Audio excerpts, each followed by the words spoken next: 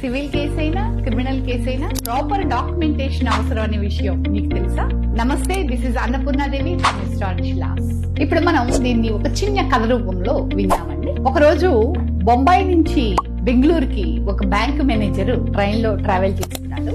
Train వచ్చింది, AC berth ఎక్కాడు, కూర్చున్నాడు. ఈ లోపల ఎదురు బెర్త్ లోకి ఒక అందమైన అమ్మాయి మహిళ వచ్చి కూర్చుంది. బ్యాంక్ మేనేజర్ చాలా సంతోషపడ్డాడు, చాలా ఆనందించాడు. ఆ అమ్మాయి కూడా ఇతన్ని చూసి నవ్వుతూ ఉన్నది. ఈ అబ్బాయి కూడా ఆ అమ్మాయి నవ్వుతోంది అని చాలా తబ్బిబ్బైపోతున్నాడు, చాలా ఆనందపడిపోతున్నాడు. కాసేపటికి ఇలా జరుగుతున్న నేపథ్యంలో ఆ అమ్మాయి వచ్చి ఈ అబ్బాయి పక్కన కూర్చొని చిన్నగా అతని వైపుకి తల ఉంచి ఏమని చెప్పిందంటే, గుసగుసగా ఒక మాట చెప్పింది. ఏమనంటే, మీ దగ్గరున్న క్యాష్, కార్డ్స్, మొబైల్ ఫోన్ అన్ని కూడా నాకు ఇచ్చేసాయి, లేదంటే నువ్వు నన్ను అసభ్యంగా మాట్లాడావని గట్టిగా నేను అరుస్తాను, అందరినీ పిలుస్తాను అని ఆ అమ్మాయి ఆ మేనేజర్ కి చెప్పింది. అతను ఏం చేశాడు, ఆ మాటలన్నీ విన్న తర్వాత ఒక నిర్లిప్తమైన చూపుని అమ్మాయి వైపు చూసి కామ్ గా బ్యాగ్ లో నుంచి ఒక పేపరు, పెన్ను తీసుకుని దాని మీద, నమస్తే అండి, నేను వినలేను, మాట్లాడలేను, మీరేమన్నారో నాకేమీ తెలియటం లేదు, మీరు నాతో ఏం చెప్పాలనుకుంటున్నారో ఈ పేపర్ మీద రాసి ఇవ్వండి అని